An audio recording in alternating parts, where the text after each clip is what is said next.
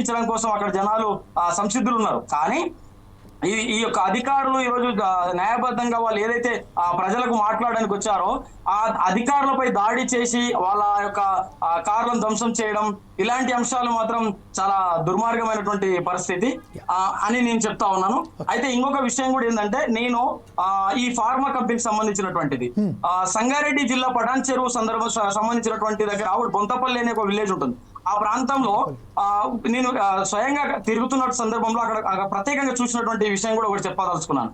అక్కడ pharma company పెట్టడం జరిగింది. ఆ ఫార్మా కంపెనీలో వెలువడేటటువంటి ఏవైతే వాయువు కాలుష్యం ఉందో, మరి ఎలాగే ఇప్పుడు చెప్పారు సార్ కూడా, ఎఫ్లెట్ అనే ఒక వాయువు కానీ ఇలా ఏదైతే అక్కడ ఆ ఫార్మా కంపెనీ నుండి విడుదలవుతున్నటువంటి వాయువు వల్ల ఆ ప్రాంతం మొత్తం కూడా బొగ్గులాగా నల్లగా కనిపిస్తా ఉంటుంది. ఇంకోటి అక్కడ చాలా అనారోగ్యం పాలైనటువంటి సందర్భాలు కూడా ఉన్నాయి. ఇంకొకటి అక్కడ పంటలు పండించుకోవడానికి భూములు అయితే ఏ విధంగా కూడా పనికిరావు, అవి పూర్తిగా కూడా కాలుష్యం అయిపోతున్నాయి. అక్కడ తాగే వాటర్ భూగర్భంలో ఉన్నటువంటి బోర్లేసి ఆ వాటర్ తీసిన వాటర్ కూడా కలుషితమైనటువంటి పరిస్థితి ఉంది. కాబట్టి ఇక్కడ రైతులు మాకు భవిష్యత్తులో ఒక ఆరోగ్యానికి సంబంధించిన విషయము, ఈ ప్రాంతంలో అనేకమైనటువంటి నీటి ధారతో పంటలు పండించుకునే రైతులు ఈ నష్టాలు భవిష్యత్తులో రాబోతున్నాయి. కాబట్టి మేము బాగుండాలనే అంశం పట్ల ఇక్కడ ప్రజలకు ఎలాంటి నష్టం జరగకుండా ఏవైనా తీసుకురండి, కానీ ఫార్మా కంపెనీ మాత్రం వద్దు. ఈ ఫార్మా కంపెనీ వల్ల మేము నష్టపోతున్నాం, ఇక్కడ ప్రజలు నష్టపోతున్నాం, ఇక్కడ జనాలు నష్టపోతున్నారు. ఒకే విషయం ఏంటంటే, ఇప్పుడు రంబల్ నాయక్ గారు మనతో ఉన్నారు. ఎక్కువ శాతం నష్టపోయింది ఆ ప్రాంతంలో రంబల్ నాయక్ గారు. అలాగే ప్రభుత్వం దానికి సమాధానం చెప్పండి.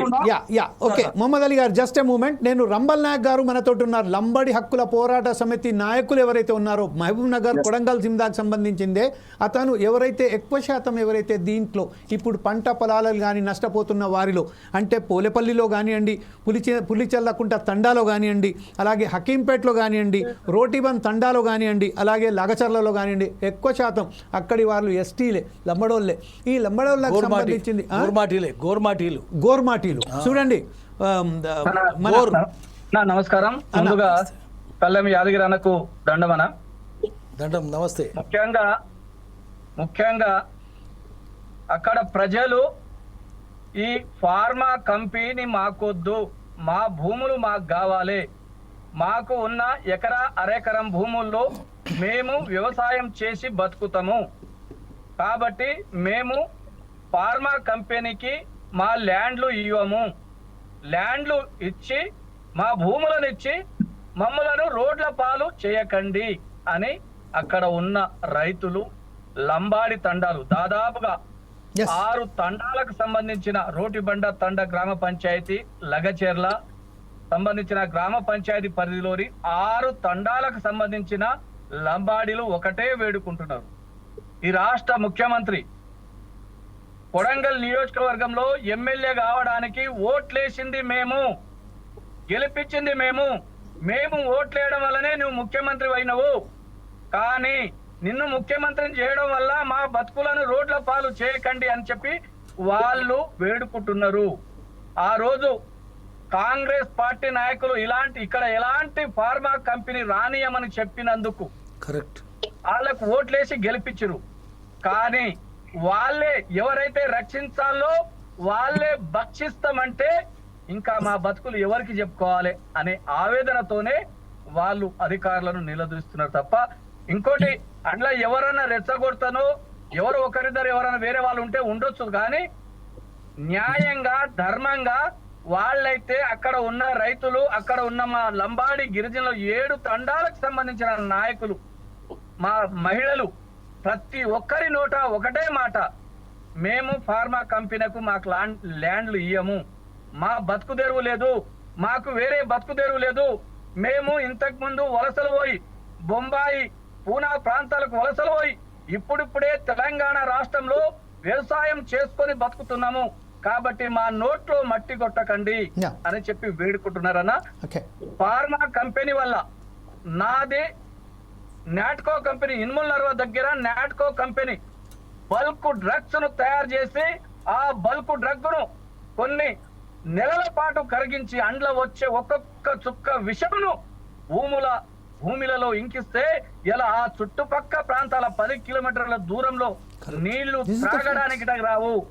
ఆ చుట్టుపక్కల ప్రాంతాలలో బోర్లు వేస్తే ఆ బోర్ల నీళ్ళని మనం చేత్తో పట్టుకుంటే చేతిలో బొగ్గలు వస్తాయి. మేము ఆ ప్రాంతాన్ని చూసినాము. అదే విధంగా పోలేపల్లి జడ్చర్ల దగ్గర పోలేపల్లి సెజ్జులో చూసినాము, పటన్ చెరువులో చూసినాము, అట్లా చాలా చూస్తున్నాము. కానీ ఇంతకు ముందు ఉన్న ప్రభుత్వము కంపెనీ పేరు మీద కడతాల దగ్గర ఇక్కడ యాచారం దిక్కు ఆల్రెడీ ల్యాండ్లను సేకరించింది. అక్కడ కట్టకుండా ఇప్పుడు మళ్ళా ఇంకోసారి రంబల్ నాయక్ గారు మీకు మరొకసారి మీ దగ్గరకు వస్తాను. కానీ ఇదే నేపథ్యంలో పరశురాజ్ గారు ఇక్కడ మన స్టూడియోలో ఉన్నారు. పరశురాజ్ గారు ఏదైతే రాజకీయ విశ్లేషకులు ఉన్నారు, మీరు చెప్పండి పరశురాజ్ గారు, ఇప్పుడు ప్రస్తుతం ఏదైతే ఉన్నదో ఇంతకు ముందు ఉన్న బీఆర్ఎస్ ప్రభుత్వం ఏదైతే చేపట్టబోయిందో దాన్ని ఇంతకు ముందు కూడా చాలా వరకు వ్యతిరేకత వచ్చింది. దాని తర్వాత ఇప్పుడు కూడా వ్యతిరేకత వస్తున్నది. ఈ మధ్యలో మనం కాంగ్రెస్కు బీఆర్ఎస్కు ఒకే ఏక్ సిక్కేకా దోరుక్ అని చెప్పుకున్నట్టుగా దొందుగానేగా వివరించవచ్చా? వాళ్ళను అలాగే అనుకోవచ్చా, లేకపోతే కేవలం ఇది ఒక కంపన్సేషన్కు సంబంధించిన సరైన పద్ధతిలో ఇస్తలేరు అనే ఒక ఉద్యమ బాట పట్టిరని అనుకోవచ్చా? లేదండి, వాస్తవానికి బీఆర్ఎస్ పార్టీ కానీ కాంగ్రెస్ పార్టీ కానీ, గతంలో ఉన్నది కూడా కాంగ్రెస్ పార్టీ, అంతకుముందు ఉన్న టీడీపీ పార్టీ, వీళ్ళందరూ ఒకటే కోవకు చెందిన వాళ్ళు. ఎందుకు అంటే ఏ పార్టీ కూడా ప్రజలకు సంబంధించి వాళ్లకు ఏమి జరుగుతుంది, ఏమి కావాలి, భవిష్యత్ తరాలు ఎలా ఉంటున్నాయని ఎవరు ఆలోచించలేదు. ఆలోచించినట్టయితే ఇట్లాంటి ఇప్పుడు ఇవాళ ఇంతకుముందు మేడం చెప్పారు, ఇవాళ సిరీస్ కంపెనీ అని ఎల్బీ నగర్లో 60 ఫీట్ల వరకు కూడా భూమి బొగ్గు లెక్క మారిపోయిందండి. అక్కడ వాసవి కంపెనీ అనే ఒక కార్పొరేట్ కంపెనీ 30 అంతస్తుల బిల్డింగ్ కడతా ఉంది. ఆ బిల్డింగ్ కట్టినాక ఖచ్చితంగా కూలిపోతుంది. ఎందుకంటే దాని కింద నేల మొత్తము కెమికల్ అయిపోయి లూజ్ సాయిల్ అయిపోయింది. అట్లాగే ఇవాళ రాష్ట్రంలో ఉన్న కంపెనీలు మొత్తాన్ని ఇలా చిత్తశుద్ధి ఉంటే మ్యామ్ సునీతారెడ్డి గారు ఏదో చెప్పబోతున్నారు, ఒకసారి ఇందామా మేడం చెప్పండి. 100 ఫీట్ల లోపు మనకు అక్కడ కనీసం రెడ్ సాయిల్ అనేది కనిపించలేదు. 100 ఫీట్ల లోతు దోవినా కూడా అప్పుడు ఉన్న ఫార్మా కంపెనీ ఉన్నప్పుడు 1000 ఫీట్ల బోర్లు వేసి లోపలికి పొల్యూషన్ అంతా భూమిలోకి పెట్టేశారు. దాంతో బొగ్గులాగా అయిపోయింది. అక్కడ ఉన్న మొత్తం 30 ఎకరాల భూమిలో ఎక్కడైనా చెంచడు ఎర్రమట్టి వెళ్ళలేదన్నా. ఆ మట్టి మొత్తం తీసుకెళ్లి ఓఆర్ఆర్ అవతల పోస్తే అక్కడ ఉన్న నేల కూడా పాడైపోయింది. అంత విషమైన కంపెనీలని ఇవాళ చౌటుప్పల్ ప్రాంతంలో కానీ, పటన్ చెరువులో కానీ, ఇవాళ దామగుండంలో కానీ, ఇక్కడ ఈ హైదరాబాదు చుట్టూరుగా పారిశ్రామిక పేరుతోని, అభివృద్ధి పేరుతోని ప్రజలు జీవించే హక్కును నాశనం చేస్తూ ఉన్నారు పాలకులు. అది ఎవరైనా కాదు, అందరూ ఒక తాటి పిల్లలే లెక్క, అందరూ ఒకే విధంగా. ఇలా బీఆర్ఎస్ చేసిన పనే కొనసాగిగా ఉందండి. ఖచ్చితంగా ప్రజలు వాళ్ళు ఆవేదనతో మాత్రమే తిరుగుబాటు చేసారు తప్ప ఎవరో రెచ్చగొడితే కాదు. Okay, right. ఒక్కసారి పరశురాజ్ గారు ఒక్క నిమిషంలో మనం పాషం యాదగిరితో మాట్లాడడం. పాషం యాదగిరి గారు మీరు చెప్పండి, ఒకవేళ కనుక ఇప్పుడు ఇండస్ట్రీస్కు సంబంధించింది ఎవరైతే మనం ఏ ఇండస్ట్రీస్ను ప్రోత్సహించకపోతే మనకు ఎవరైతే ఉద్యోగస్తులు ఉన్నారో, మనకు యువకులు ఉన్నారో వాళ్ళకు ఉద్యోగావకాశాలు ఎక్కడ కలుస్తాయి అంటే ఇంజనీరింగ్ పాత్రలో కానీ, ఇంకా టెక్నికల్ డిపార్ట్మెంట్లో కానీ, ఇంకా వివిధ రంగాలలో. ఇప్పుడు ఒకవేళ కనుక గవర్నమెంట్స్ ఈ చర్యలు తీసుకోకపోతే, ఇలాంటి అభివృద్ధి కార్యక్రమాలు పరిశ్రమలు నెలకొల్పకపోతే వీరికి సంబంధించిన ఉద్యోగాలు ఎక్కడి నుంచి వస్తాయి? కేవలం మనం ఒక రైతు మీద ఆధారపడిన దేశం మాత్రం కాదు కదా. మనకు ఈ నీటి వనరులు ఎక్కువ ఉన్నాయి, మనం ఎక్కువ శాతం మాత్రం మనం అగ్రికల్చరల్ మీద డిపెండ్ అయి ఉన్నాం. కాకపోతే మనకు ఇండస్ట్రీ కూడా అవసరం ఉన్నాయి కదా. ఐటీ శాఖ మీదనే కేవలం మనం ఆధారపడి లేదు కదా. ఇప్పుడు దీన్ని మీరే ఎలా విశ్లేషిస్తారు? మీరు ఒక పరిష్కార మార్గాన్ని చెప్పండి. ఒకటి చెప్తాము, పరిష్కార మార్గం ఏం చేయాలంటే ఉత్పత్తి ఆర్థిక వ్యవస్థను పునరుజ్జీవింపజేయాలి. ఓకే, పరిశ్రమలన్నీ మూసేసినారు. PV Narasimha Rao, Manmohan Singh liberalisation, privatisation, globalisation తెస్తే పరిశ్రమలు మూసేసినారు.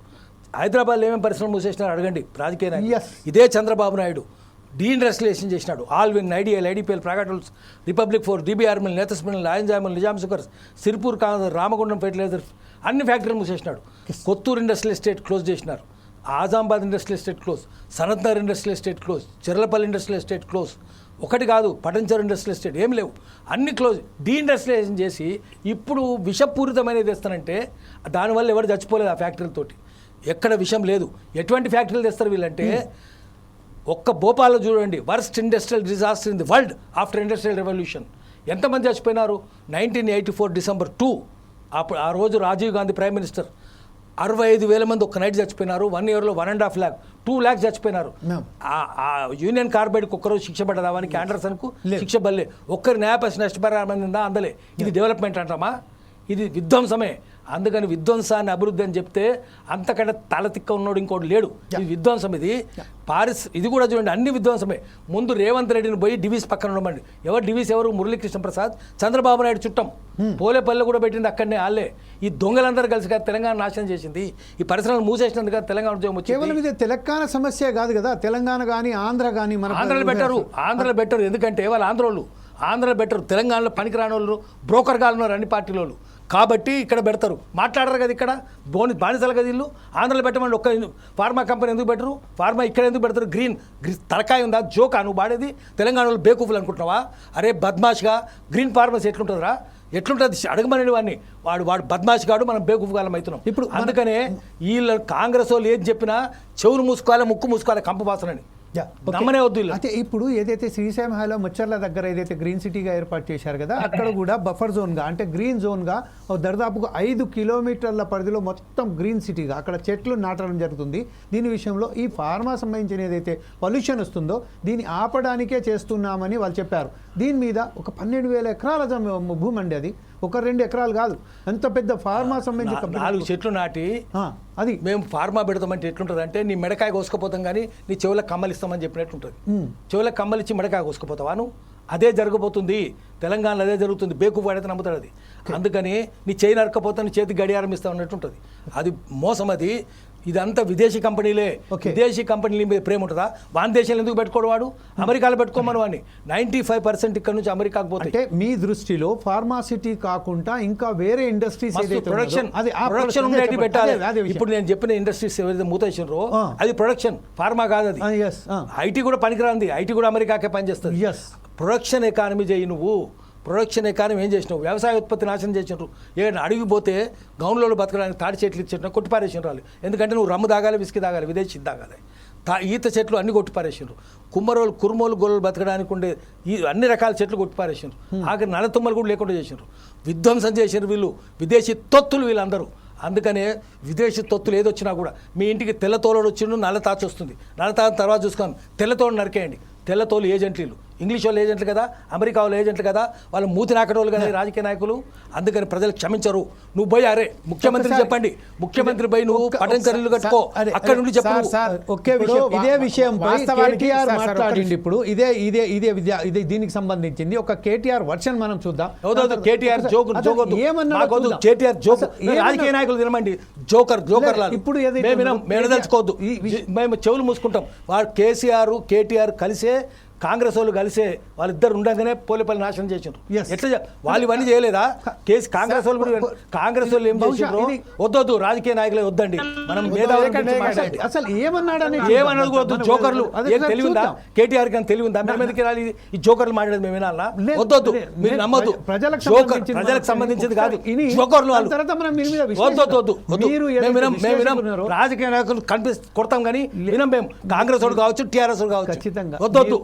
వాడు జోకర్ అండి, వాడేం చెప్తాడు? English parroting joker. నాకు ఒక విషయం మాత్రం యాదన్న, నేను మాత్రం ఎట్లా అంటే జర్నలిజానికే మనం గర్వపడ్డా, తెలంగాణలో గర్వపడ్డ భాషం యాదగిరి గారు ఈ రోజు మా స్టూడియోలోకి వచ్చారంటే మేము గర్వకారణం.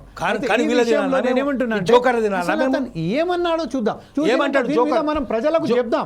ఇది తప్పు, తాగుబోతోడు మాట్లాడేది విందామా మనం? ఇది కాదు, ఇది తప్పు.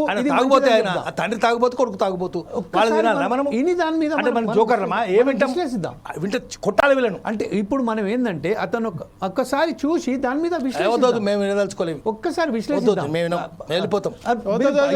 వద్దొద్దు, ప్లీజ్. రాజకీయ నాయకులు మేము నమ్మం, ముక్కు మూసుకుంటాం. 2 నిమిషాలు కంపొద్దు మాకు. యాదన్న మీరు తరకాయ లేని వాళ్ళు ఎందుకండి? ఐఏఎస్ జోకర్లది, పొలిటికల్ బ్రోకర్లది వద్దు మాకు. ఇంకేదైనా చెప్పండి. ఒక మేధాన్ని పట్టుకరండి, వీడేవాడండి. ఖచ్చితంగా పర్యావరణ పట్టుకరా, బాబురావుని పట్టుకరండి మీరు. నేను అదే చెప్తున్నా. పురుషోత్తమ రెడ్డిని పట్టుకోరండి, బాబురావుని పట్టుకోరండి, బివి సుబ్బారావుని పట్టుకోరండి, నేను అదే దొంతు నరసింహారెడ్డిని పట్టుకోరండి. మాట్లాడిన వీళ్ళెవరండి తర్వాత జోకర్లు? ఖచ్చితంగా వీళ్ళెవరు జోకర్లు? వద్దు సైంటిస్టులను వద్దు, వాళ్ళని పిలవండి. వీళ్ళే జోకర్లు ఎందుకు? ఖచ్చితంగా కేటీఆర్ ఎవరండి జోకరు? ఒక్కసారి మనం ఒకసారి అతను విన్నాక తర్వాత వద్దు, మనం వాటి నేను- విశ్లేషణ నేను వాళ్ళ అస్సలు వినను, కూర్చోండి. మాట్లాడను. మీరు కూర్చోండి, వద్దు వద్దు, మీరు మీరు కూర్చోండి, నిమ్మలంగా మీరు- మాట్లాడు. నేను చెవులు మూసుకుంటా. యాదన భలేగా ఉన్నారు మీరు యాదన. వద్దు, వద్దు, వద్దు, ఒకసారి నేను వినండి, ప్లే చేయండి please. PCR come on play what he will say. మీ బావమరిది గారికి ఏమో అమృతం పంచి అక్కడ చూడండి, వాళ్ళ కొడంగల్ మీరు వాసులకు ఒకసారి కూర్చోండి. విషం పంచుతా ఉన్నాం ఫార్మా పేరిట. ఇది ప్రజలందరూ చూస్తా ఉన్నారు.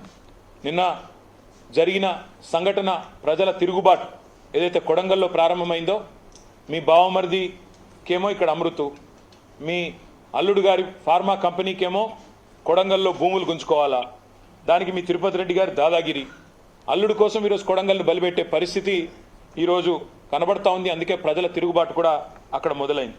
ఇంకా విచిత్రం ఏమంటే, రుణమాఫీకి డబ్బులు లేవు, రైతు బంధుకు లేవు, డబ్బులు ఎగ్గొట్టినారు ఆల్రెడీ వానాకాలం, పింఛన్ల పెంపు కోసం డబ్బులు లేవు, తులం బంగారం ఇవ్వడానికి డబ్బులు లేవు, మహిళలకి 2,500 రూపాయలు ఇచ్చేదానికి లేవు డబ్బులు.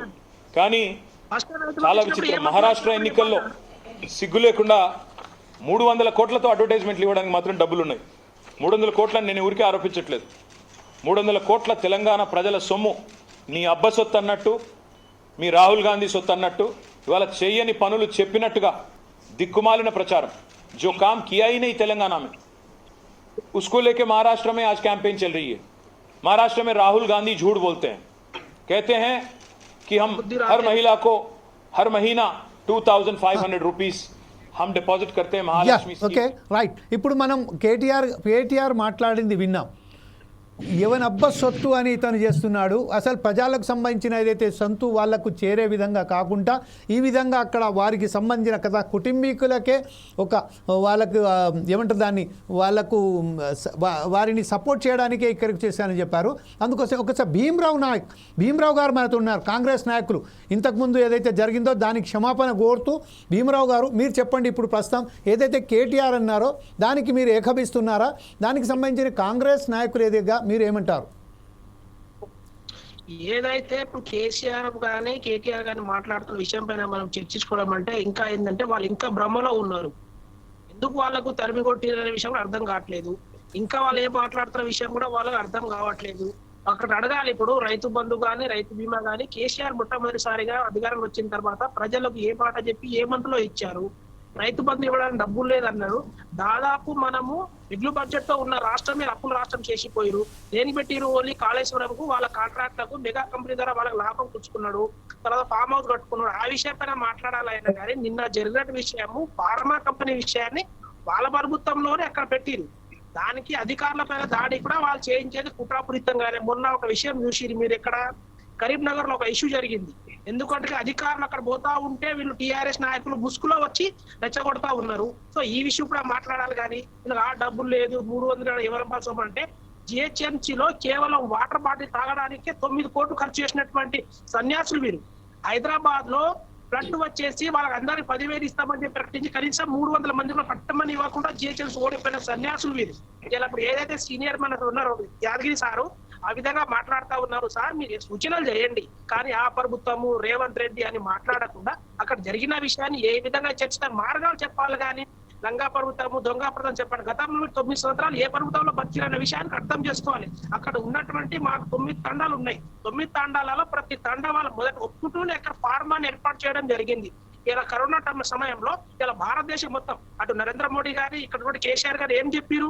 మనమే ఆలస్యంగా చెప్పారు. సో మనం ఇలా ఇండస్ట్రీని అభివృద్ధి చేసుకొని నిరుద్యోగ సమస్యల మధ్య కొంత పారదోసుకోవాలంటే అన్ని విధంగా అభివృద్ధి చేసుకోవాలి. కానీ ఒక్క రైతులతో మనం అభివృద్ధి చేయలేమనే విషయాన్ని గుర్తు పెట్టుకోవాలని చెప్తాం మేము. కాబట్టి ఇప్పుడు ఏదైతే మేడం గారు చెప్పారు, ఇప్పుడు మన హైదరాబాద్ లో కొన్ని కంపెనీలు ప్రభుత్వాలు జీవో ఇచ్చి ప్రజలకు దూరంగా పెట్టాలని చెప్పినాయి. అంతకుముందు అవుటర్ రింగ్ రోడ్, ఇప్పుడు రీజనల్ రింగ్ రోడ్ వచ్చినాయి. సో రీజనల్ రింగ్ రోడ్ అవతల పెట్టుకున్నప్పుడు 2 విధాలుగా డెవలప్ కావాలని అందరం కోరుకోవాలి. ఈ విషయాన్ని గుర్తు చేసుకోవాలి. కానీ ఇంకా మూర్ఖతలు తయారైతామనే విషయాన్ని తెలియజేస్తా ఉన్నాం. ఓకే, అదే ఇదే విషయంపై పరశురాజ్ గారు మీరు చెప్పండి. సామాజిక ఇప్పుడు రాష్ట్రం మొత్తం క్లస్టర్లను పెట్టేసి మొత్తం ఫార్మా కంపెనీలు జిల్లా కోర్టు పెడతారా ఏంది? అట్లా కాదు కదా కంపెనీ మొత్తం కాదు మేడం, మొత్తం కాదు. అదే విషయం నరేంద్ర మోడీ అడగండి. గుజరాత్ లో ఏం జరుగుతా ఉన్నది, యూపీ లో ఏం జరుగుతా ఉన్నది అడగండి. రావాలని కోరుకున్నాము, కానీ మొత్తం మరి ఊరుకొని పెట్టాలని కాదు కదా. అభివృద్ధి చేసుకోవాలా? at the same time వినండి, మనకు ఇండస్ట్రీస్ హబ్స్ ఉన్నాయండి. పటాన్ చెరువు ఉంది, ఇగో ఇక్కడ NH9 లో మల్కాపురం ఉంది, ఇండస్ట్రీస్ మొత్తం అక్కడే పెడుతున్నారు. ఇక్కడ వినండి, అదే అదే అదే ఇదే ఇదే ఇదే విషయంపై రాజకీయ సామాజిక ఎవరైతే విశ్లేషకులు ఉన్నారో ఇప్పుడు పరశురాజ్ గారు మీరును రాంబల్ గారు మీరు చెప్పండి. అంటే వాస్తవంగా మీరు మహబూబ్ నగర్ వాసిగా రాంబల్ గారు మీరు ప్లస్ పరశురాజ్ గారు సామాజిక విశ్లేషకులుగా మీరు రామరాజు గారు మీరు చెప్పండి.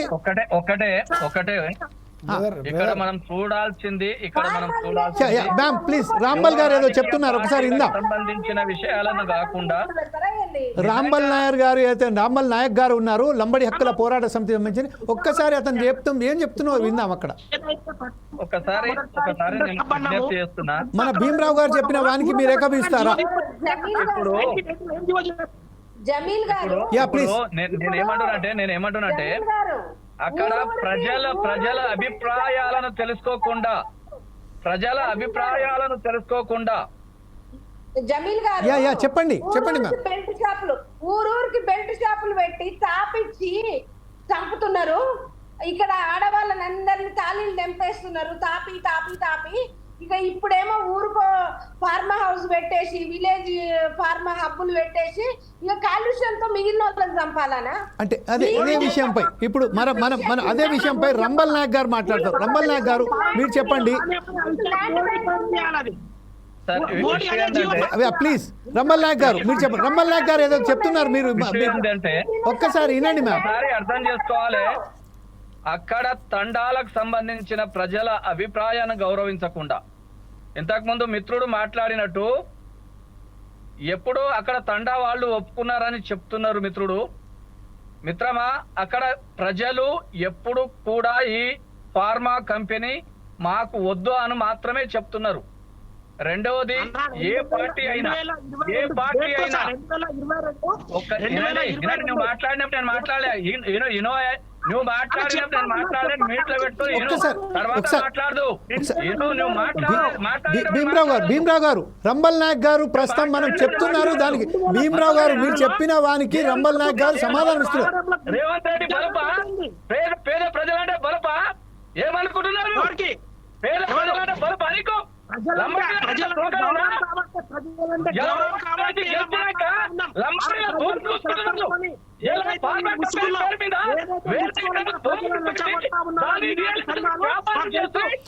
భీమరావు గారు ప్లీజ్ రాంబల్ గారిని మాట్లాడనివ్వండి. భీమరావు గారు రాంబల్ గారు ఏదైతే చెప్తున్నారో దాన్ని వినండి. విన్నాక తర్వాత మీకు దాని మీద వ్యతిరేకత వస్తే దాని మీద మాట్లాడండి.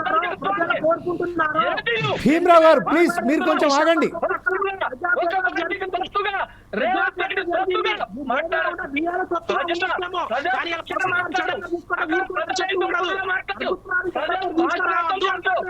నువ్వు మీరు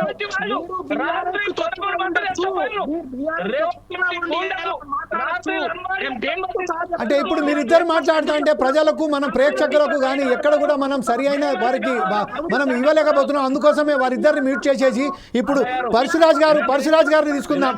పరశురాజ్ గారు మీరిద్దరి మధ్యలో ఇప్పుడు ఏదైతే ఉన్నదో మీరు ఏదైతే చెప్తున్నారో ఎవరికి అర్థం కావట్లేదు. అందుకోసమే పరశురాజ్ గారు ఇప్పుడు భీమరావు గారు చెప్తున్నట్టుగా అలాగే రంబల్ నాయక్ ఇచ్చిపెట్టి పరశురాజ్ గారు మీరు చెప్పండి ఫస్ట్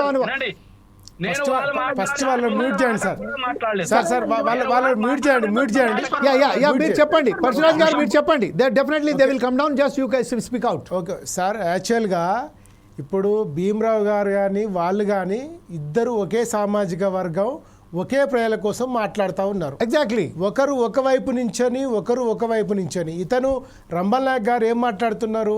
ఆ ప్రజలు ఈ ఫార్మా కంపెనీ వల్ల మేము చనిపోతున్నామని చెప్పాము, మేము వద్దని చెప్పాము, కానీ ఇలా రాజకీయంగా భీమా గారు మాట్లాడుతున్నారు. ఇలా రాజకీయాలతో పని లేదండి. ప్రజలు జీవించే హక్కు, ఆ ప్రజల జీవనానికి కావాల్సిన సదుపాయాలు, ఆ కంపెనీ పెట్టడం వల్ల నష్టాలు, దాని మీద ప్రజలు మాత్రమే తిరుగుబాటు చేశారు. ఇలా గతంలో ఇలా నాట్కో కంపెనీ లాంటి, తర్వాత ఇలా దివీస్ లాంటి, సిరీస్ లాంటి కంపెనీల వల్ల ఆ ప్రాంతాలు ఎంత నాశనమైనయో చూసిరు కాబట్టే ఈ కంపెనీలు వద్దండి. ఇంతకుముందే పాషం గారు చెప్పారు, ఇవాళ ఏంటి మంచి మంచి కంపెనీలు ఏంటి మన వరంగల్ అజమ్ మిల్లు లాంటివి, ప్రాగా టూల్స్, నిజాం షుగర్స్, ఇట్లాంటి మంచి కంపెనీలన్నీ బంద్ చేసేసి ఇవాళ విషపూరితమైన కంపెనీలను తెలంగాణకు తీసుకొచ్చి తెలంగాణ ప్రజలను చంపడం కరెక్ట్ కాదు అని చెప్తా ఉన్నారు. అది ఎవరు చెప్పినా కూడా ప్రజల జీవనానికి, ప్రజలకు ఉపయోగపడే విధంగా మాత్రమే ఉండాలి. అయితే ఇలా ఇప్పుడు ప్రస్తుతం అభివృద్ధి ఏదైతే అంటే ఉన్నదో, అభివృద్ధికి చెప్పండి. అభివృద్ధి అంటే ఇవాళ మనకు ఇంతకుముందు వందల వేల సంవత్సరాలుగా ఈ ఫార్మా కంపెనీలు లేవండి. అప్పుడు అభివృద్ధి జరగలేదా? అప్పుడు ప్రజలు చాలా సుఖ సంతోషాలతో లేరా? కానీ అభివృద్ధి అంటే మనిషిని చంపే అభివృద్ధి కాదు. వాస్తవానికి అభివృద్ధికి ప్రజలు ఎప్పుడు వ్యతిరేకం కాదండి. ప్రజలు ఎప్పుడు అభివృద్ధి కోరుకుంటారు. కానీ ప్రకృతిని నాశనం చేసి, గాలిని నాశనం చేసి, ఇలా ప్రజల జీవనాన్ని నాశనం చేసి అట్లాంటి అభివృద్ధి వద్దని చెప్తా ఉన్నారు. మీరు ప్రాక్టికల్గా ఎవరైనా సరే ఒక కమిషన్ వేసి మీరు చూడండి, ఇవాళ కంపెనీలు పెట్టిన ప్రాంతాలలో ఏమి అభివృద్ధి జరిగింది, ఎంతమందికి ఉద్యోగాలు వచ్చాయి. ఏదైతే చర్చా కార్యక్రమంలో మనకు సమయం కొంచెం తక్కువ కాబట్టి అది జరగాలి తప్ప కేవలం ఇప్పుడు ఫార్మా కంపెనీల ద్వారా ఏదైతే ఉన్నదో, విషపూరిత ఫార్మా కంపెనీల ద్వారా అది అభివృద్ధి ఎక్కడ జరుగుతుందో తెలియదు. కానీ నష్టం మాత్రం చాలా వరకు వెళ్తుంది. ప్రజలకు సంబంధించిన ఆరోగ్య సమస్యలు ఏర్పడతాయి. అలాగే ఈ ఏదైతే కంపెనీస్ ఉన్నాయో అది కాకుండా ఇప్పుడు ప్రొడక్షన్ కంపెనీస్ ఎవరైతే ఉన్నారో, ఇప్పుడు జనక ఆల్విన్ కంపెనీ కానివ్వండి, లేకుంటే ఆజమ్ జాహీ మిల్ కానివ్వండి, నిజాం కానివ్వండి, ప్రాగా టూల్స్ కానివ్వండి, ఇంకా ఇతర కంపెనీలు ఏదైతే మన రాష్ట్ర వ్యాప్తంగా, తెలంగాణ వ్యాప్తంగా మూతబడ్డ కంపెనీల మీద దృష్టి సారించి యువతను అక్కడ ఉపాధి కల్పించే విధంగా మన రాష్ట్రానికి ఒక డెవలప్మెంట్ యాక్టివిటీస్కు ఒక ప్రోగ్రెస్ సపోర్ట్ చేస్తారండి. దానికి సంబంధించిన సపోర్ట్ చేస్తామని చాలా చెప్తున్నారు. కాకపోతే ఈ ఫార్మా కంపెనీలకు సంబంధించి కూడా ఆచితూచి వ్యవహరించవలసిందిగా కాంగ్రెస్ ప్రభుత్వం కానివ్వండి, లేక ఇంకా ఇతర కంపెనీలు, ఎవరైతే రాజకీయ పార్టీలు కానివ్వండి, ఆచితూచి వ్యవహరించవలసిందిగా. అంటే ప్రజలకు నష్టపరిచే పరిశ్రమలు కానీ ఏర్పాటు చేయడానికి మాత్రం ఒప్పుకునేదే లేదు అని చాలా కరాఖండిగా చెప్తున్నట్టుగా మనకు కనబడుతున్నది. ఈ విషయంపై మరొకసారి చర్చించడానికి ఇంకొక సమయంలో మనం మాట్లాడదాం. ఈరోజు ఏదైతే మనకు మన చర్చా కార్యక్రమంలో పాల్గొన్న భీమరావు గారికి, కాంగ్రెస్ నాయకులు సునీతారెడ్డి గారు, బీజేపీ నాయకురాలు గారికి, అలాగే పాశం యాదగిరి గారికి, రాజకీయ విశ్లేషకులు, సీనియర్ జర్నలిస్ట్, అలాగే మొహమ్మద్ అలీ గారు, డివైఎఫ్ఐ రాష్ట్ర జనరల్ సెక్రటరీ, అలాగే రంబల్ నాయక్ గారు, లంబడి హక్కుల పోరాట సమితి నాయకుడు, వాళ్ళకి సంబంధించింది, అలాగే పరశురాజు గారు ఏదైతే మనకు రాజకీయ విశ్లేషకులు, సామాజిక కార్యకర్తగా ఉన్నారో వారికి అందరికీ పేరున ధన్యవాదాలు చెప్తూ, ప్రస్తుతం ఎవరైతే మా వలన ఎవరికైతే కొంచెం ఒక వాతావరణంలో మాట పెంచిన తర్వాత కొంచెం ఎవరికైనా మనం కష్టం కలిగించినట్టయితే వారందరికీ మనస్ఫూర్తిగా మేము క్షమాపణ కోరుకుంటూ, రేపు ఇంకొకసారి మరొక కార్యక్రమంతో మీ ముందుకుందాం. Please stay tuned to watch Foresight TV.